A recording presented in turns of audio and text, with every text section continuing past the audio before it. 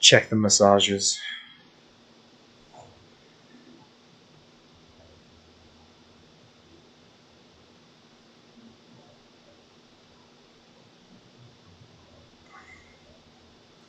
We are live, and everybody's just waking up that was going to be here.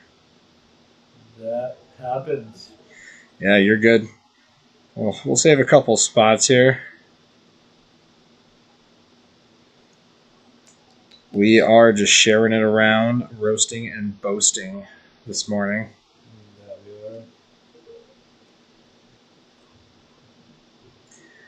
we are. So what is up, man? Yeah, heading into an interesting week 7.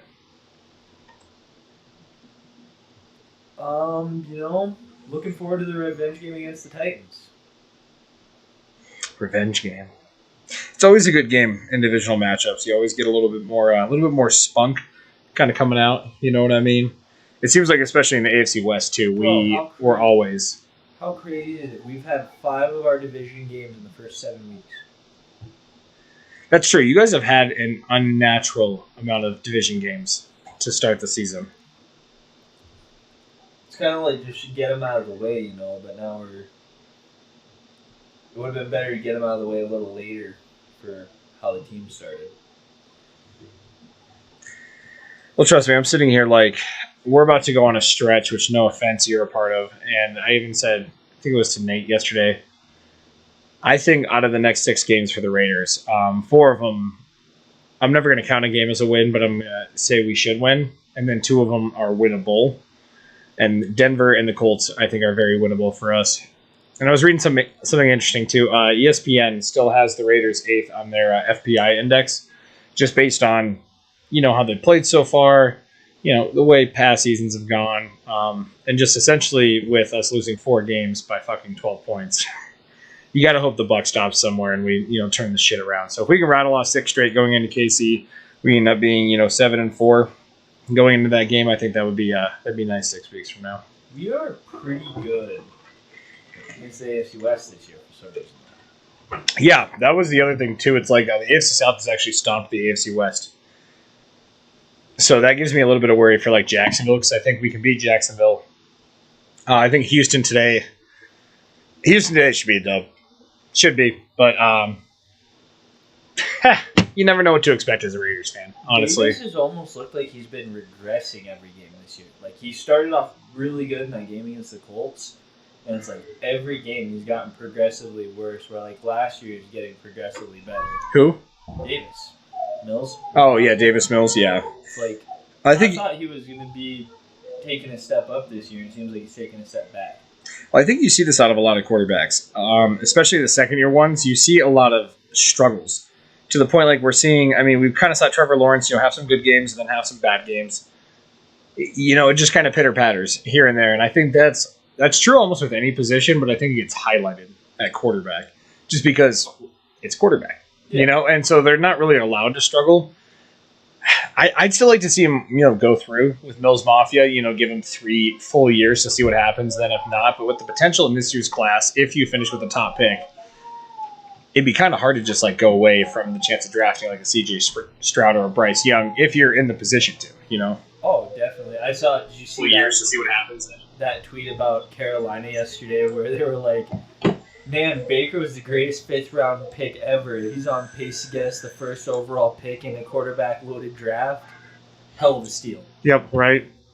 Well, and the fire sale going on there, which Carolina is kind of one of those hard situations. You felt like they weren't ever the worst team, but you'd never call them a good team. No. Like, not like on the fringe bottom 5, like somewhere in that 22 to 27 power ranking like category is kind of where you really look at Carolina consistently, I feel like, since Cam left.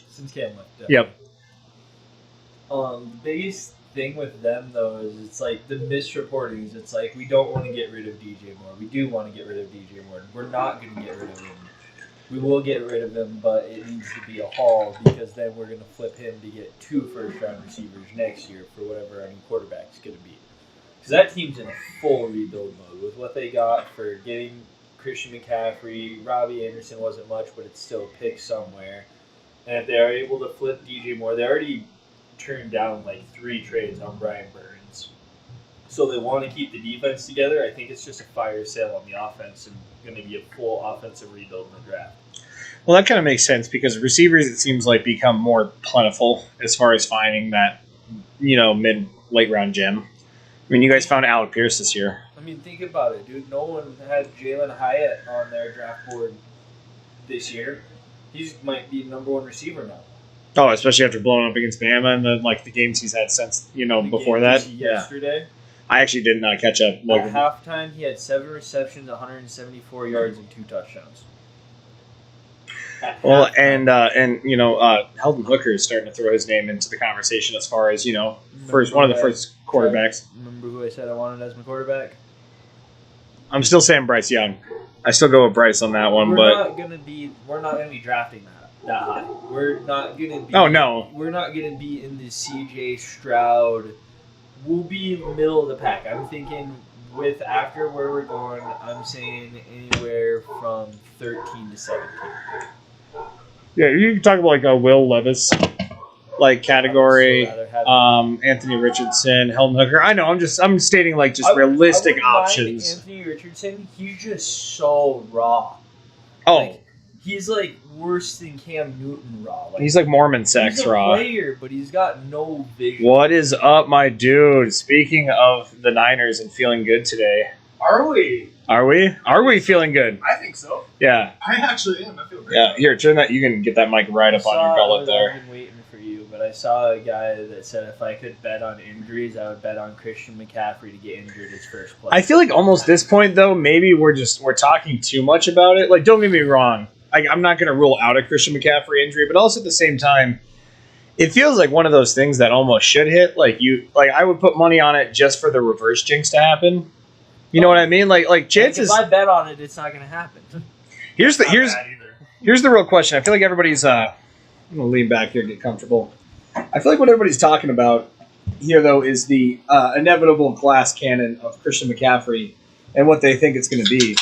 Not so much what if it works out. What happens if Jimmy wins the Super Bowl with this team? What happens if Jimmy just proves to be not the better quarterback, but the better quarterback for the team? Because I think limited sample size, I still think they're gelling a little bit better with Jimmy than they were with Trey. My assumption with the McCaffrey trade, the longer I've thought about it, is that Jimmy hit the trade market this offseason. Obviously didn't get anything. They gave up 3 first-round picks for Trey. They gave up 4 total picks, 3 of them next year for McCaffrey.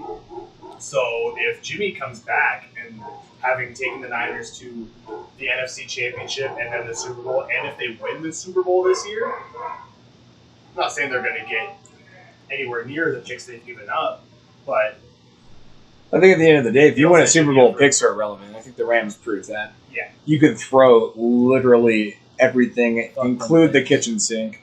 Yeah, fuck them picks.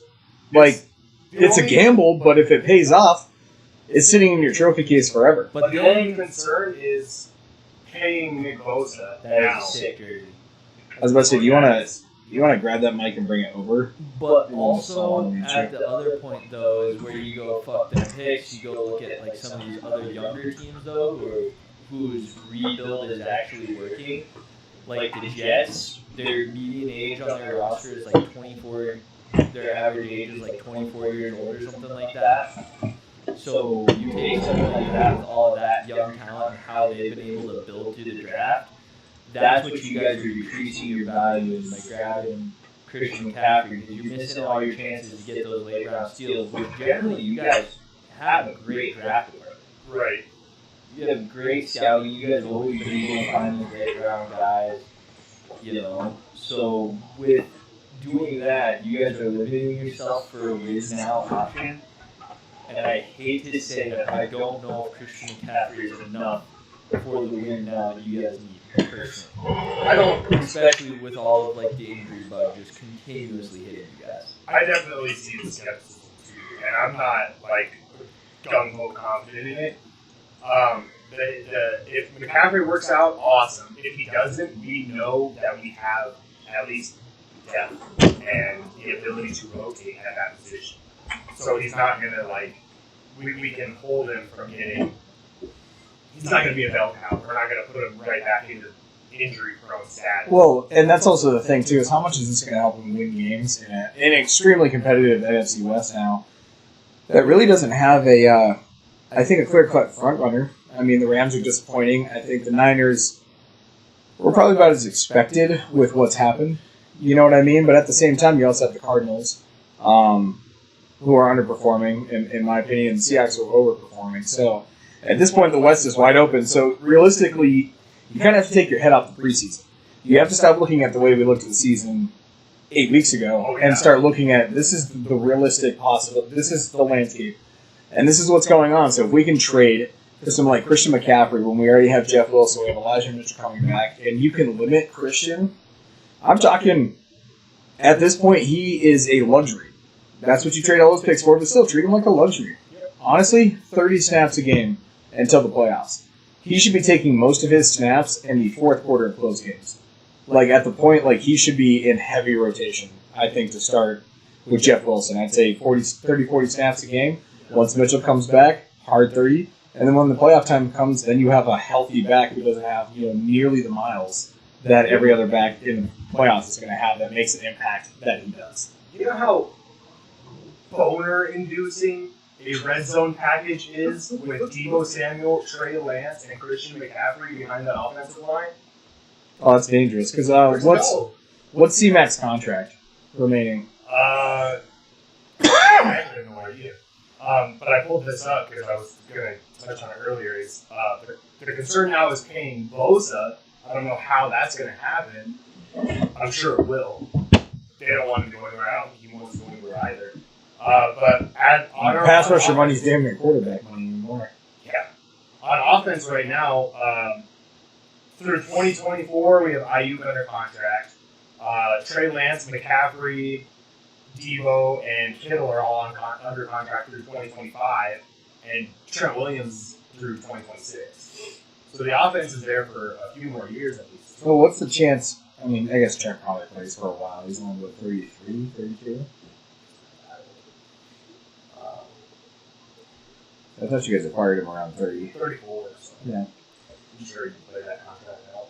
Oh, Tanner, I need to unmute you, and I have a catalog of shit. Someone want to run over here and press the red button on Tanner?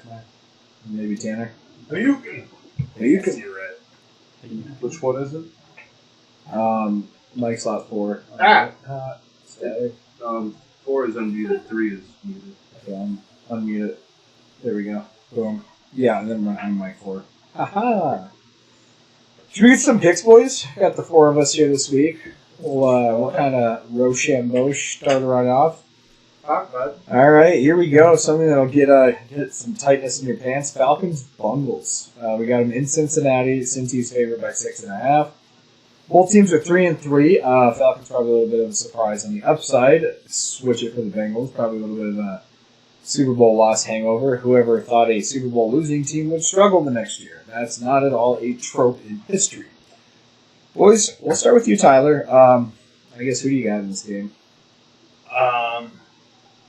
Wow. I want to take Cincy. I think I'll take Cincy to win it. But what's the points? What's our spread? Ooh, our over-under is 48. And weather report is going to be 64 and clear skies at Paycor Stadium in Cincinnati. I imagine they're giving Atlanta probably what? 3.5? 6.5. 6.5, really? Okay. I would pick Cincy to win it, but I'll take Atlanta to cover.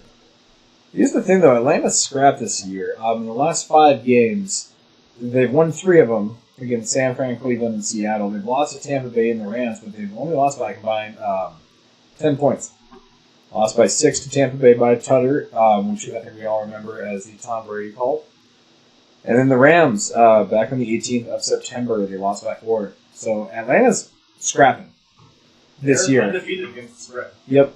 I also think, though, like, whatever Zach Taylor did, because he did the same thing that Frank Reich did, he went and switched up the offensive line combination, and that gave Joe Burrow the best protection he's had all season. Granted, they were playing the Saints, which was nowhere near the defensive talent they were playing the previous games when he was getting absolutely destroyed.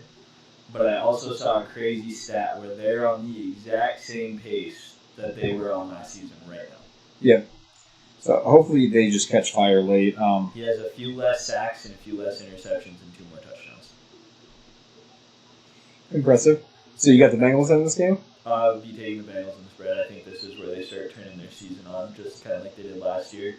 Everything's starting to gel a little bit. They're starting to use a little more. One thing that I always think about is how fun would this team be if they still have John Ross? Jamar started off kind of quiet. He's popped off the past 2 or 3 weeks. T. Higgins just came back again. Really fuck around, we'll find out. Yeah, Dixon's finally doing more than just getting carries. So, Tanner? I like the Bengals in it too, but I agree with you. The Falcons will scrap. Mm-hmm. They're kind of in that category of fun team to watch. I think them in Seattle have been a lot of fun to watch this year.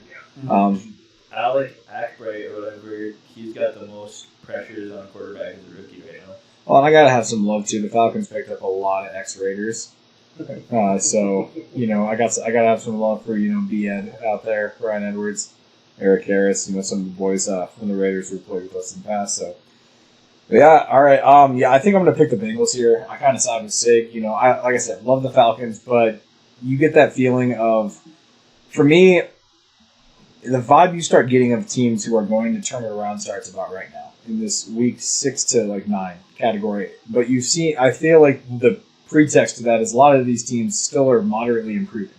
Might not be getting the dubs, but they're building that little bit of momentum to eventually slingshot forward.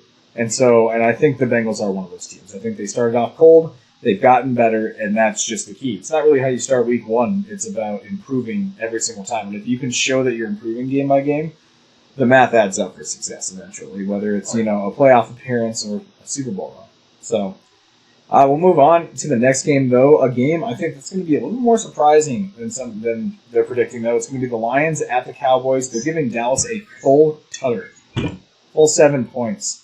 So pretty much mark it up to 8 at home for the Cowboys. I guess, Tanner, we'll swing right back to you. A little divisional matchup. Lions, one of your divisional rivals.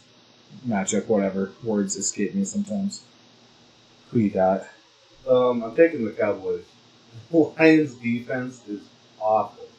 Even if Dak even if he can only manage to be a game manager, Dallas's defense is gonna limit the Lions.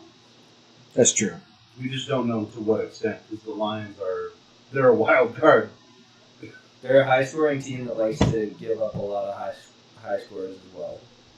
yeah, concern with this one is I think Dak's back for sure. So CD can be more than just. That's definitely a concern having Dak back. I think so. Cooper Rush is undefeated. Or Was. I wish Rick Then- was watching. Then his wife went to a fucking game. yeah.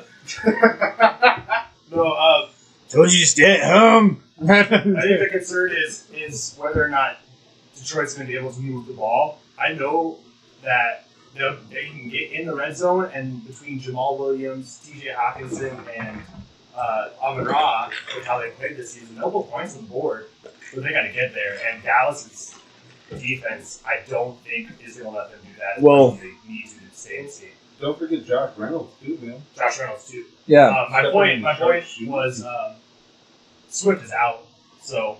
Yeah, he's I think they officially announced him out, right? But yeah, Josh Reynolds too. Good point. So I don't know. We've seen Goff pull shit out of his butt before.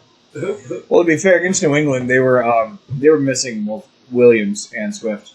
So I think when you look at that game in the flop, the offense rebounding, it's been one of the hottest offenses. Obviously, not going against the best defenses helps you, and being in shootouts weekly helps you for the Lions. But once again, put them in the category of kind of a team we love and really fun to watch.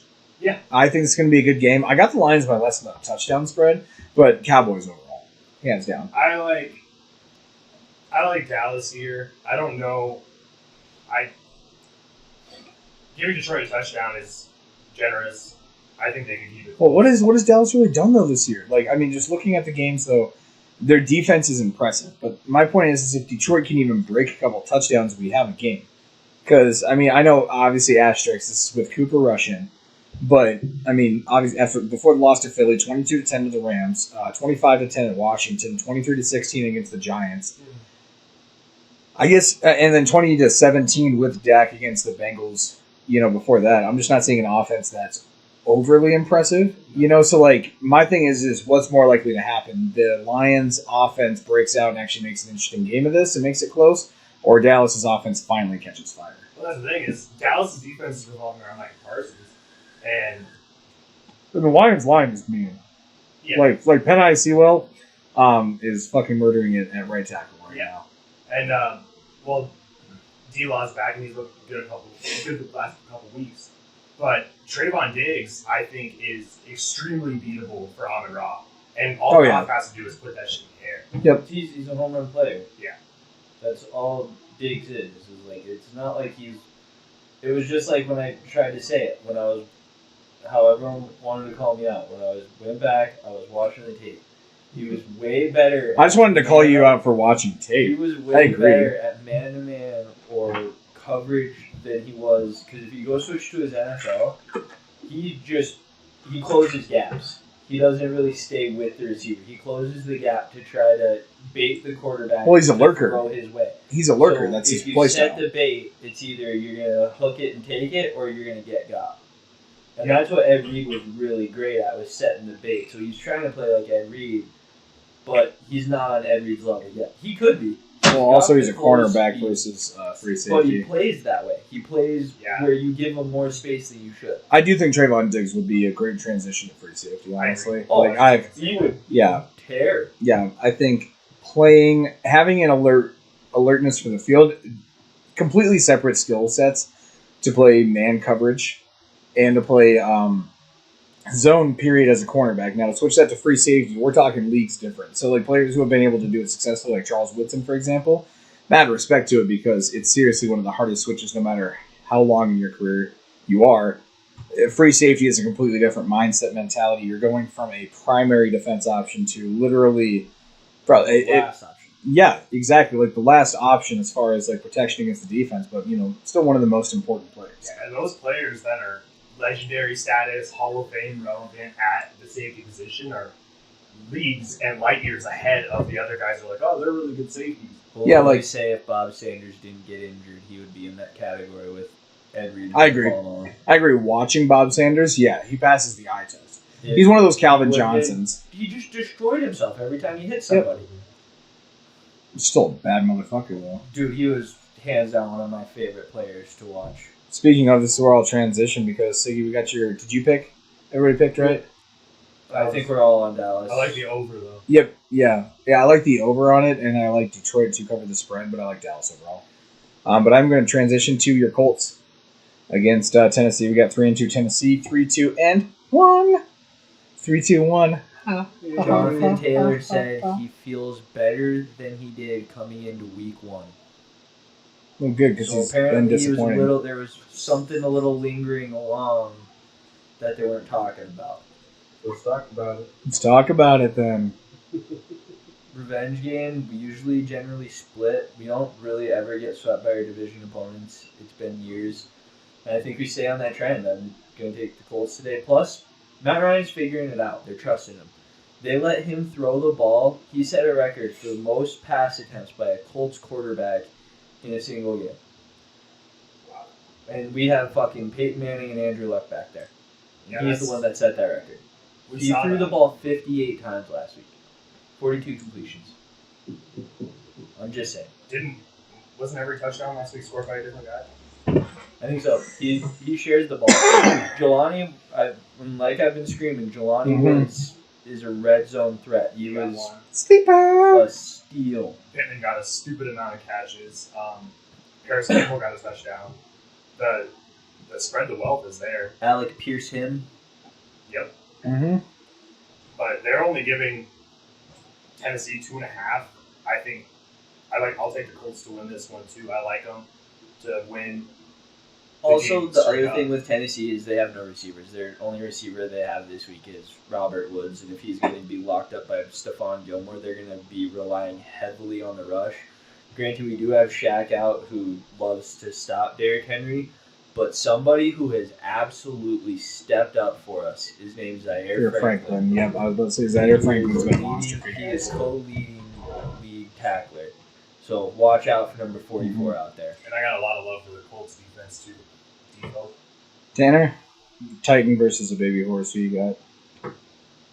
I mean, real life, I think a Titan just stabbed the baby horse. Yeah, just step on it.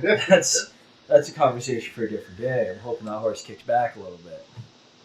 See, I want to go Tennessee, just because the Colts are the Colts. They have been hot and cold this season. Hot and cold. Hot and cold. You just don't know who's going to show up. Like, because on paper they look great coming into the season, and then it was. That's fair because here's their season so far: 24-0 last 5 games, 24-0 loss to Jacksonville, 20-17 win to KC, 24-17 loss to Tennessee, 12-9 OT win versus Denver, and then 34-27 revenge game win against Jacksonville. Honestly, I'm sticking with you. I think they go in the hot. They go Colt. I think also Derrick Henry too, kind of something like Jonathan Taylor. Started off the season a little light, is starting to rumble back. He's been, I know, in at least our Fishing Elephant League, he's been 20 plus points the past 3 games. Our issue is So- I think our rush defense is just. DeForest Buckner is also Monster. Just absolutely That's the best 28-year-old first round pick you guys have ever gotten. Worth every fucking penny. Yeah. The year he left he was top shit. You know I love him. But then they went and grabbed my other duck, so it worked out for them. What the duck? Replaced one duck with another. Sorry, we're moving through quick on the pick'ems here this week just because I just want to give you guys Fun. Taylor, we're going to kick back to you, though, because we're up with the Packers there. The Packers, they're going to travel up over to D.C. They're going to play the Commanders. Oh, God, the Commanders might actually win a game? Yeah, so don't buy anything at the concession stands, though, because if you try to get a refund, it'll bounce back. Did you guys hear about that? 50-50 or 50-50 No. raffle? Yeah, their 50-50 raffle winner from, like, week 3 tried to get the check. Took him a month to get the motherfucking check, and then once he got it, it bounced. Apparently, Team Rep came out and said, they covered it and everything. They sent the guy the money, but apparently it came for half of what it was supposed to, and it bounced. And it also says on the check, do not cash if after 90 days. It was nowhere near after 90 days. Wow. I'm gonna throw a Hail Mary there. I'm gonna take a tie. Because the Packers look like shit. Because that's exactly what Washington would do. To finally win a game, they're gonna tie. I know, yeah, What? Taylor Heineke comes out and balls the fuck out and Well, matches they Aaron won. Rodgers Remember, for they a beat- tie. They beat the Lions. Yeah. Jahan Dotson was fucking stunned that game. And it's not the Packers defense that's losing them games this fucking time. But wasn't it said that this Packers defense was like supposed to be one of the best ones we've seen in a while, and you guys just got your shit pushed in by 2 New York teams back to back? Yeah, one time in London, too. Yeah, I don't like that after they got. What's rid up of with Darius. Alexander? He's not even looking top 10 this year. I was fighting on a hill that he was the best cornerback in the league last year. With a Rams fan that would suck Jalen Ramsey off if it was presented. Shut up, bro. Yes. You put Jalen Ramsey in your mouth, you're gonna be spitting out ash like he's burnt. That's Debo's baby. Honestly, Jalen is so. We'll talk about him probably more with the Rams, but very bipolar. Either the best cornerback or mid. Like Trevon Diggs on steroids. I think like the last 2 seasons, he's just been at the right place at the right time. No, but last week, bro, he was balling. Like run support, I think he's. We don't give enough love for run support for cornerbacks. Best run support cornerback in the league. I think when you're. Yeah, I was about to say, honestly, probably unpopular schematic opinion, and not what you pay him the money for. He should be a slot corner. I think 100% he would make more of an impact. What the Chiefs are doing with Darius Sneed, I would love to see the Rams do with Ramsey. I think he just kind of got comfortable with it. Yeah, no, that's why you put him in the slot. Slot corner is the hardest position in the NFL on defense. I think. Look at Personally, last it's like- year. I would say hybrid With- safety. With how good the Because that's what slot corner is essentially anymore. with how good the Rams' offense was last year, was there a lot of games where he was really kind of giving you really just sort of Chill? getting Yeah. away with slacking a Yeah. little bit? Well, yeah, fuck, you got Aaron Donald back there. I mean, now ideally you should too. You got, Bobby Wagner, you got I Aaron feel like the only Donald, but time he goes hard is when he makes it his mission to go as hard as he possibly can against DK. the problem though I'll is give him respect for that. Jalen is not technique-wise a number one cornerback. I'd 1B him. I wouldn't say he has bad technique. I'd say it's good to great. But at the same time, I think when you've seen technically better receivers, Stephon Diggs, Jamar Chase, for two examples, roasted. Debo as well. I think Debo rocks him because they're smarter receivers. I also don't. Hunter Renfrow last year cooked his ass multiple times when we played the Rams. Same thing. I think when you get a guy who can run a crisp route and can play smarter than Jalen and take advantage of, not so much saying he's stupid, but he's aggressive. Yeah. He's extremely aggressive, and when you have that style of play, you can take advantage of that. It's progress.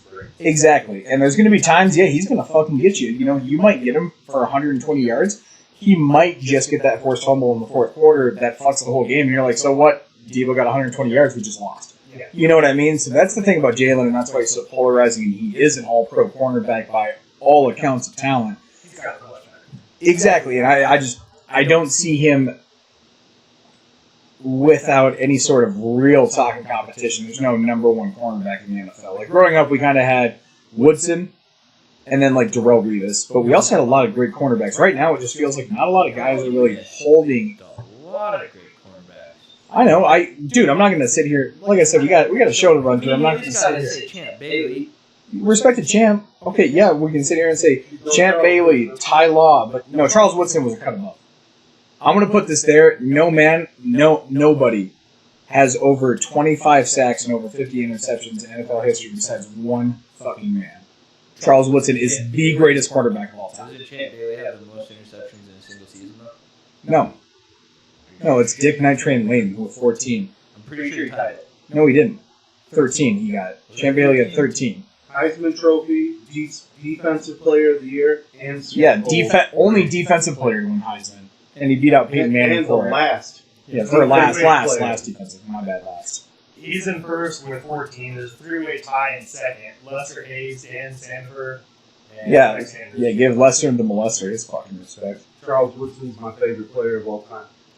I'd top 5 him easily. Easily top 5 for me, obviously being a Raider, but also just overall play for the game. Like I said, halfway through his career in Green Bay, he just switched over to free safety, and he was still a Pro Bowl level free safety at the tail end of his career. He won a Super Bowl at fucking free safety. Well, the year the Packers brought him in is the year I started watching football again. So I just started watching Green Bay play again, and Charles Woodson's out there just fucking murdering. The only person who has a candle to him, I think, is Deion. The only person who holds a candle, legendarily wise, who has that much of an impact on the game overall is I think Deion had more of an impact culturally. Deion's undefeated as a cultural impact cornerback. If you want to talk about someone who's just a Two favorite, other shutdowns from our younger days that I absolutely. One was your guy, Namdi. didn't do it long enough. I just thought he was a dude. Oh, for the time being, I mean, yeah. if you're going in that case, I felt like Revis didn't do it long enough. No, that's why I don't put him up there. And then That's why I don't like Deion did it his whole career. He even came back and was decent with the fucking in Ravens my at opinion, 38. someone that I absolutely fucking hated was Asante Samuel, the first. Great All-Pro Hall of Famer, not in the conversation for number one. Not. I don't believe so. I don't think he ever had the stats. Great in coverage, but once again, I just don't think he ever was that truly next level. Like when we're talking the impact Charles Woodson and Deion, and I am breaking my own rule by going off on a tangent here. We're cutting that right there, but yeah. If we're talking about the best cornerbacks of our younger days, there's 3 immediate ones that are all the previous generation of 3 of the best secondary men in the game today. Because 20 years ago, we had Asante Samuel, we had Patrick Surtain, Surtain. we had Antoine Winfield. Best run stopping cornerback of probably my generation is Whitfield. I have never seen a man vehemently lead tackles on a good defense. Like, you got to realize Just as good. a defense with Chad Greenway, the Williams brothers, and Jared Allen, like Antoine Winfield was their leading tackler. That man was just that boy at cornerback. Like, Could you imagine that they pass up on his son going to the college that they could watch him at for 4 years, and then he goes and does what he did against the Vikings, 2 interceptions, forced fumble. That was just like the ultimate. You guys fucked up. so good. I know, right? You pass, but you don't want to just like half draft legacy. You know what I mean? But it's always cool. Rashad Bateman is. What game Sorry. do you want to move to? Yeah, sorry. We're back on this quick pick. Quick pick here. Packers -4. Who you got? I'm taking Washington. Washington. I'm taking the tie. I'm gonna stick to it. Siggy. Oh. I'm gonna hammer the over under 41.5. I'm hammering over on that. That seems. Dude, Washington's allowing almost 380 yards a game. Taylor Heineke's fun. Yeah, Quarterback's exactly. Not fucking Aaron Rodgers in a wheelchair. Well, not even Aaron Rodgers in a wheelchair. He's got no receivers this week. Who's your pick, Robert Sig? Tanyan's going to blow Sig, the who's your fuck up. fucking pick?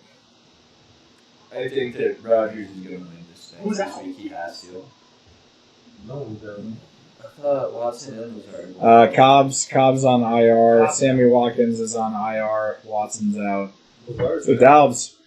He's And- good to go. I thought Yeah. Lazard was hurt. Shut Dobbs. Dobbs and Watson. Moving And I'm on. pretty sure Sammy's off IR now. He's just not back Yeah, I think they did take him off IR. because I didn't move him in advance. Where's that going? Garage sailing? Fire sailing? Because we have Tampa Bay favored by 13 fucking points against Carolina in Carolina this week. You can't sleep on that defense, though. No, because they haven't sold anybody there. Carolina starting PJ. Darnold got activated off IR for sure. Dude, on Ice Picks, they had PJ at 1 touchdown. Really? Tampa Bay's gonna run away with this thing. That's not bad. Panthers suck ass. They just lost. Tampa their Bay just hasn't been offense. Tampa Bay though this year. I love that tweet where it was like, they just beat our ass and took our best player. Disrespectful. But yeah, Tampa Tom, he's got to get right back. He's got to get back right on. I think he's mad with what happened with the Steelers. I think they're taking the surfaces off of the sideline this week just to make sure nothing happens to him. Just putting a fucking barricade between him and the offensive line, both on and off the field. I think that This man just can't be protected. Honestly, I got Carolina by 13 with the 13. I got Tampa winning, obviously, but the Carolina It's too much. Spread, that's a big spread. yeah, it's too much. But that could also be the game where he comes out and throws 5 touchdowns because J.C. Horn is game time decision with ribs. And even when JC was playing, Tampa's at full strength now. Gage is playing, Godwin's playing. Well, Evans. Godwin will probably play for like a play or two, but he is playing. Going to get hurt again. He pulls that hamstring every week. It seems like. Well, and you can't sleep on Fournette either. No, Lenny's been moving more to a receiving back, and Rashad's been getting some carries. Yeah, they've been using Rashad White, kind of priming him ready for his next role. Rashawn White, we kind of talked about after the draft, though, was a perfect fit for that scheme coming from Arizona State, playing in a very like shotgun-heavy, spread-heavy system, now going to Tampa Bay. Getting to use his playmaking ability, I feel like that's one thing with running backs, too. You have your traditional backs like, Fournette, but also like Rashad White having that mixture there of having Fournette, who kind of you think should be in the backfield, and then gives, I think, Rashad White more space to kind of do what he needs to, because he's a smaller back, obviously, than Fournette. But, mixing him up and using him how they have been is the best way for success. I just, once again, 13 points is just a big fucking spread.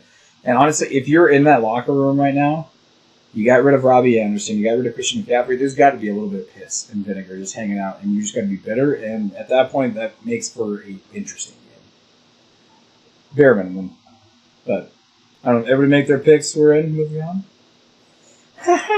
Moving on here, we got the Giants versus the Jaguars. Surprisingly, 5-1 Giants versus the 2-4 Jaguars, but they're going to give the Jaguars 3 points here. I don't know why. All of America is picking the Jaguars here at 72.8%. I don't know what is going on that makes it different, but at this point, I'm kind of learning not to bet against the Giants' defense. I got the Giants here. Thibodeau is a fucking problem. I've known this since day one. I've been saying it. He was going to be a draft steal if he slid to anything below the third pick. They proved it. So, yeah, I'm taking the Giants. I think Tibbs probably going to break off for 3 sacks. He has just been destroyed. Yeah, Jacksonville's lost 3 straight: 29-21 to the Eagles, 13-6 to Houston, and then 34-27 to the Colts last week. I don't see the trends. Like, I mean, this could be a streak breaker maybe for both, but the Giants are hot and the Jaguars are cold. I'm not gonna overthink this one. Cool down bad. Oh, I bet. Oh yeah, yeah. Is Jake's gonna win that bet? Oh, I've already set it aside in my sock drawer for him. I'm not kidding, dude. I was like, after the third win, I was like, you fucking kidding me. I thought this was the easiest money I was ever going to win. What'd you guys bet on again? $100. They make the playoffs. Doesn't matter if they win division or not. They just have to be in the playoffs. And Shout right out. now, they're in the playoff picture. Mm-hmm. Oh, ahead. They're 100%. number like 2 or 3. Well, technically, they're 5, but Well, yeah, but I mean, like in overall terms of record. Obviously, if it finished today, you have the divisional setups, but Yeah, they just got to squeak ahead of Dallas. I mean, they are ahead of Dallas at the moment. They're the only 5-1 team, which is fucking hilarious. yeah, let's just also talk about for a second how awesome I think parity has been in the NFL this year. It's been nice to have some diversity as far as All the good teams are Yeah. bad, the bad teams are good, and the teams that were decent are just still decent. yep, we don't really have a front runner, and that's the nice part. And look, the Chiefs can get beat by anyone on any given Sunday. I'll tell you what.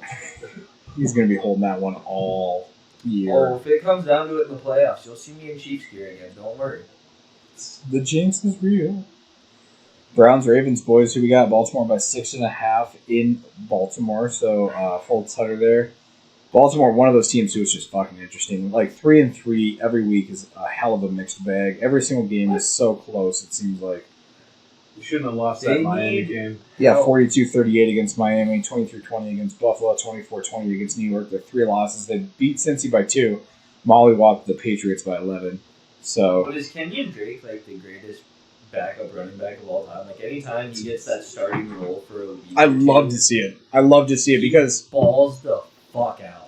I said it when he left. I was like, he did it in Miami. He did it that week in Vegas. Mhm. He's done it a week in Arizona. Now he did it last week. What did he have? 142 yards or something like that from scrimmage. yeah, bro. I said it when he left. I was like, literally, we're just in the position where I think we have too much talent. Brandon Bolden's been a phenomenal third down back, but he's $6 million cheaper than Drake. It's And the most obviously, talented 1 in 14 I've ever seen. yeah. Honestly, we're going to talk about my Raiders here shortly, but fuck me. Oh my god, this season's frustrating. But no, I just think we had too much talent. You wanted to get Zamir White touches. Obviously, Josh Jacobs has proven he's that boy in the proper system.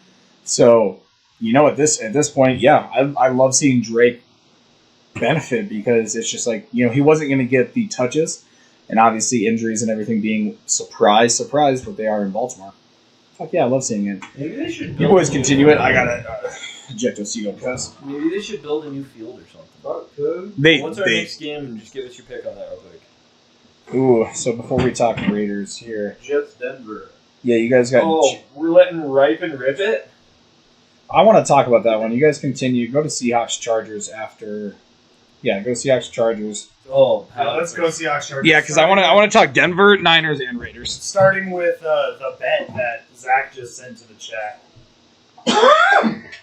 What was that? It is 5-leg parlay. Herbert 30+ completions. Herbert 3+ passing TDs.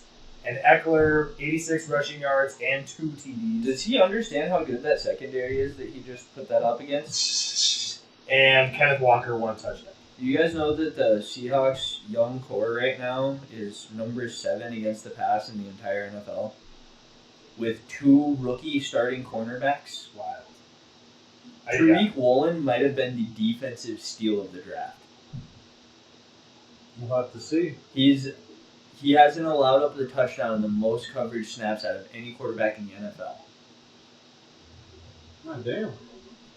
He's 6'4", runs a 4.26, and is an absolute stud. He's like a second coming of Richard Sherman over there. It's not. I mean, it's not a horrible parlay. I don't like the only thing that I don't would like it just is- because of the defense that he's against. Like 30 completions. Yeah, I don't like Herbert's completions. I His think three he's gonna plus- hit like 24, 28 maybe. his 3+ touchdowns, I guess, because he's got Eckler for 2+ touchdowns as well, and Eckler's 2 touchdowns that are very defense, well. dude, that defense but- is stout Right, and even against without the pass. Yep. Like they can get some rushes off or maybe like some quick screens, but he's not going to be able to go to Mike Williams deep like he wants to. When you have Quandre Diggs, Kobe Bryant, Tariq Woolen, Oh, Kobe. is Oh, Quandre playing? yeah, with the C. Okay. So He was- like Kobe's dead. He was the other half of Sauce Gardner at Cincinnati. Okay. He won the Jim Thorpe Award, so he was like the college's best DB. Too bad they didn't get to play together in the NFL. I mean, his dad named him after Kobe, but his mom didn't like the K. That's how the story goes. So it's Coby. Okay. But yeah, even without Jamal Adams and without Bobby Wagner now, the defense does not look bad at all. So I don't. Bro, Jordan Brooks is a menace. Yeah, 100%. He was able to take a year off from Tennessee, sat back and learned from B-Wags. He got fully healthy, and he came in and started destroying people. Like, he is another force this year. And they have so many weapons. Like, Boy Moff has been balling for them. I seen overhitting. I think Kenneth Walker is going to have an amazing game. I think so. I think he's just going to continue to add to his highlight tape, and he might even kind of like how Jonathan Taylor did. But he might be able to actually pull it off. Not play much like the first 3 or 4 games, but still win Rookie of the Year. Mhm. Because, dude, he's broken more tackles than anyone in the NFL with like 35 less rush attempts. I got Walker at 67.5 rushing yards on Prize Picks. Oh, that's a steal all day. I just ran a Prize Picks with like a full anytime touchdown with 5 players. So if any of Joe Mixon, Aaron Jones, Jonathan Taylor, Saquon Barkley, or Kenneth Walker get a touchdown, that's what we're going for. Like, Those are pretty easy. They're I've, given- I've done pretty well on those. I've done not very well on football. I've gotten a couple where I've gotten like 4 right, especially lately. But as Dude, soon as the other basketball thing started, is- I fucking. Oh, dude, the basketball ones are fun. I made so much money during the playoffs. But another thing, though, is you go look at like how Seattle's trending. They're letting Geno do whatever he wants out there. It's like I saw a tweet that it was Geno is what everyone wanted Russell Wilson to be, and Russell Wilson is what everyone thought Geno was going to be. Exactly, because Gino's going out there and just hucking that ball. Geno's going out there Getting and away with balling week after week, and it's like it's almost like they touched and shook hands when he was like leaving the building, and it was like the secret sauce was just Yep. switched right there, and he became Geno and he became Russ. Because I was a Russ fantasy owner in a couple other leagues every year. And Yeah. every year I was sitting there like, come on, dude, let Russ cook. And now Gino's chef. Bro, I saw a crazy stat. It was after the first 3 weeks. After the first 3 weeks, Pete Carroll had let Geno Smith throw more times in the first 3 weeks than Russell had any time in his tenure there. That's hilarious. They're giving LA 5 points, over under 50. I'm taking Seattle straight up, and I like the over. I mean, I want Seattle to win, obviously. I don't know if I'm taking Seattle on the win, but I will take Seattle on the spread in the over. I think Seattle maybe loses this by 6 or 3 points, or they end up winning it by like 10. But I don't think that the Chargers go out there and destroy them, and I don't think Seattle just. But, dude, both teams have a lot of weapons. This is actually going to be a really fun game to watch. If you got a spare TV to throw this one on, this is going to be a fun one to pay I think attention to. Yeah. Seattle squeaks it. Walker's going to get 100 plus 2 TDs. Lockett and DK could both have huge games as well. I bet Geno goes for at least the 30 rushing yard range as well. And I mean, the Chargers are still going to play like the Chargers, I think the Seahawks can just keep up and take off the game. Honestly, last week I think it really depends defensively where Seattle shows up today.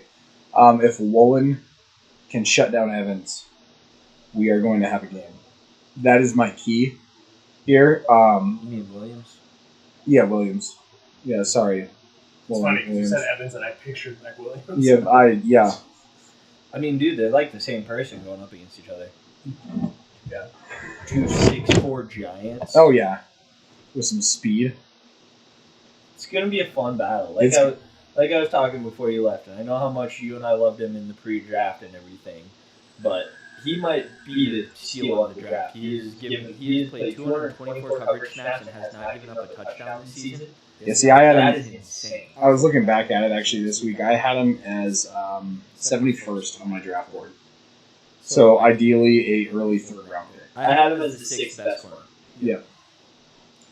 Tanner, a Seahawk versus a Charger. Who you got? Gotta take the Lightning.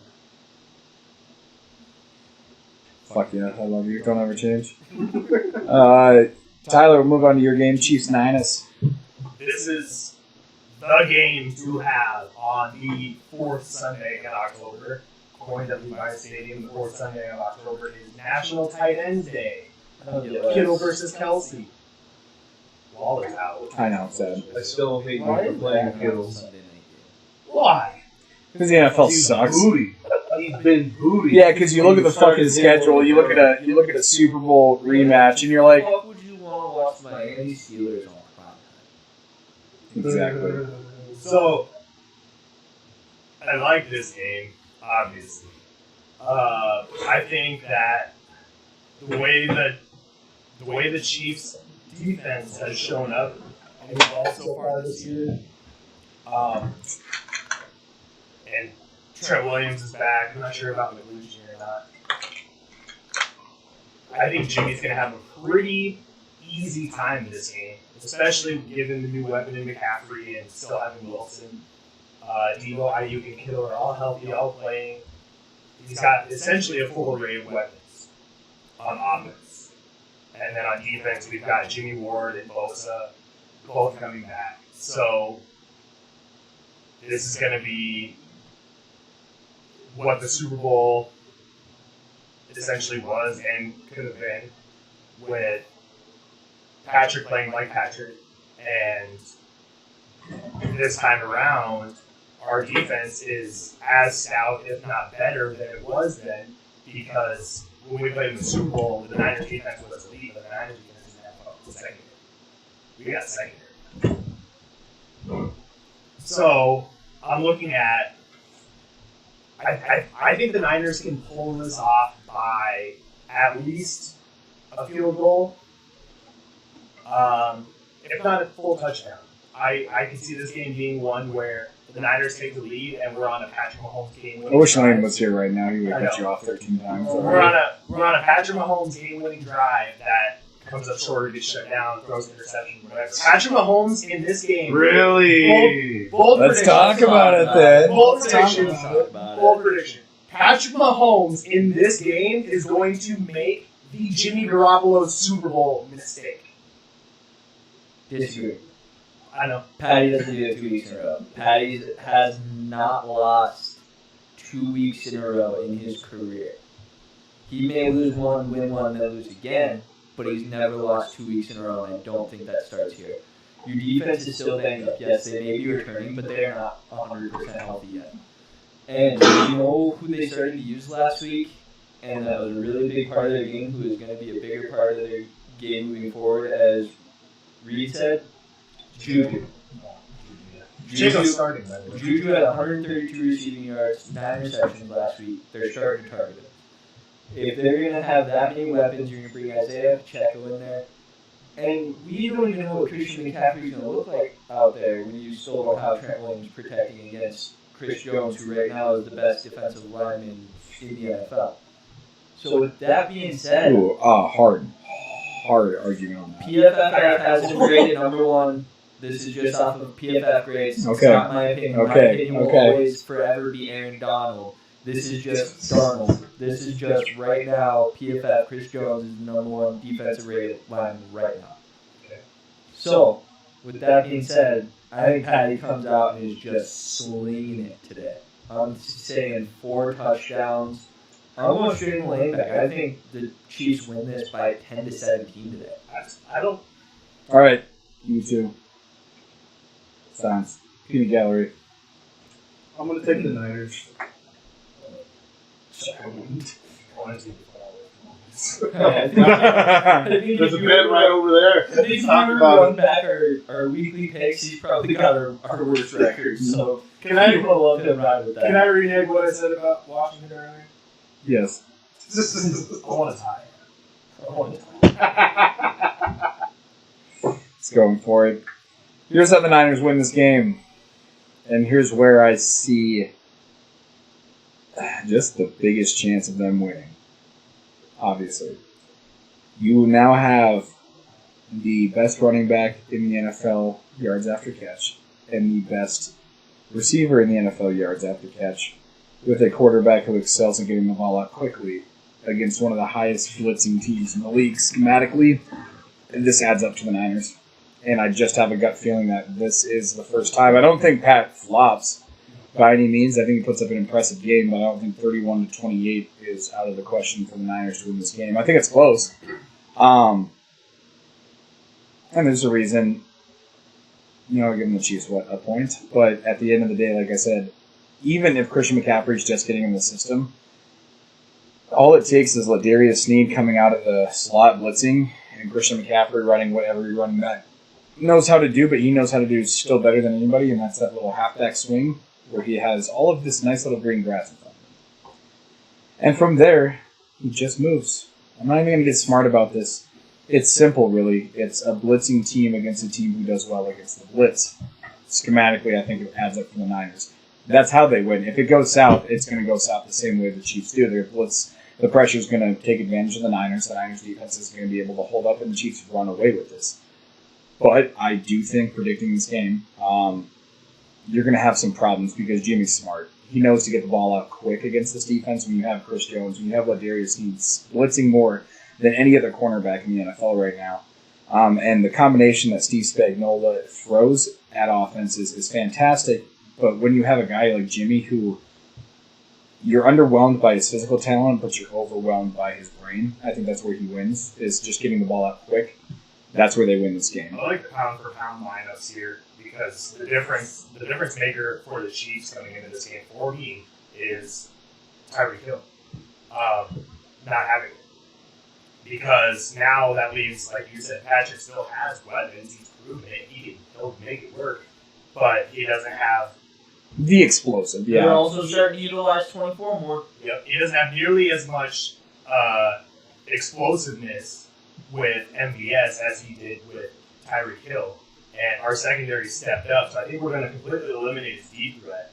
And we're playing mid-game here with Travis Kelce and Juju Smith-Schuster versus Fred Warner, Dre Greenlaw, Talanoa Hufanga. I love the... Hufanga is a sleeper. I like the fun guy. Mm-hmm. I love watching the Chiefs offense versus the Niners defense today, and I love D'Amico Ryan. Oh yeah, no, I think that matchup alone is going to be the match to focus on. Yeah. Like I said, for me, winning the game though, take your eyes off the actual attraction of Niners defense versus Chiefs offense, and the Niners offense is the one who should win this for them. Winning this game is taking that matchup of the Chiefs offense versus the Niners defense and taking it as realistically being able to let Jimmy stay in this. Yep. I mean, real quick, I called like 4 upsets week 3. I'll give you your upsets. So I got some points to me. on the biggest upset week of the last fucking God knows how many years, he called upsets. We are. Let's talk about it. I'll let you boys kick it off. You know me. I think all the Texans have is Damian Pierce. I think this is the get right game, and I think this is going to be Stingley's biggest competition to show us if he's that dude or not. Because Devontae Adams is going to be up in his grill. Oh, I agree. I think this is going to be technique test for Stingley. Technique test. I think this is going to be your he's gonna get routed up on like a 60-yarder that Devontae Adams is gonna be like, this is what I've been waiting for. He could, but I think we found our blend. Going up against the Chiefs. And that's the hard part is stomaching that and sitting on that for 2 weeks during the bye.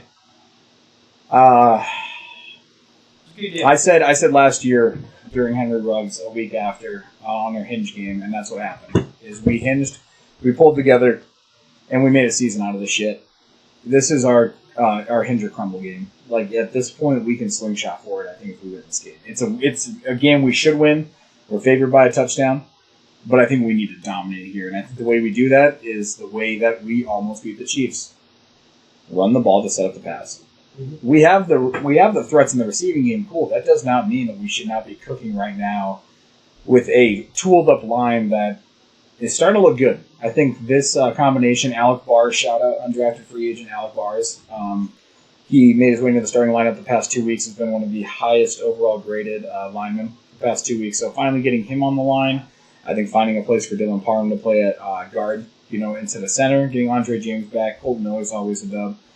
And just getting someone, a warm body to not suck ass at right tackle at this point. We're going to make a run at it. But Jacobs is just, you can tell that man is pissed about not getting his fifth-year option, but that's fine because we'll extend him after this year. I think Josh McDaniels might just believe in a running back after this because Jacobs has proven.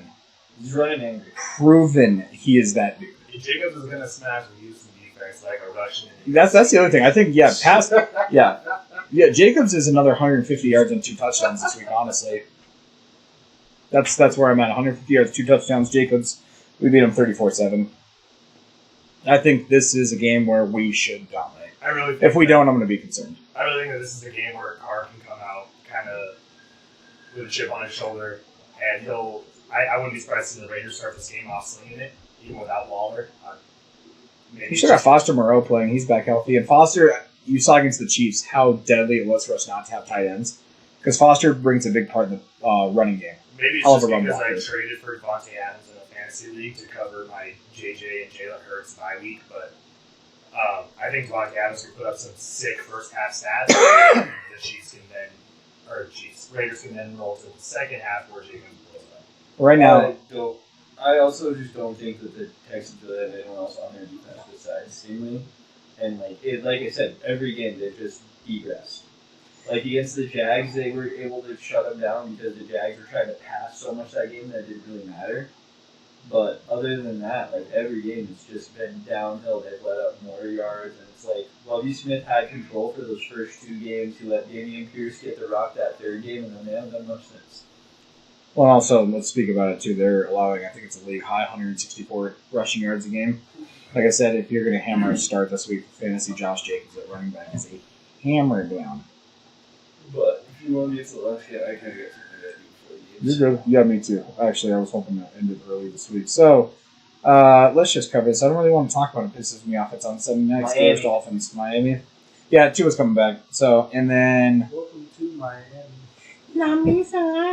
Oh, crazy stat though. Do you guys see that Tyreek Hill is already franchised single game leading receiver? Seriously? He has 3 games with 10 receptions and 150 yards plus. They're only other receiver to do that has 1 game.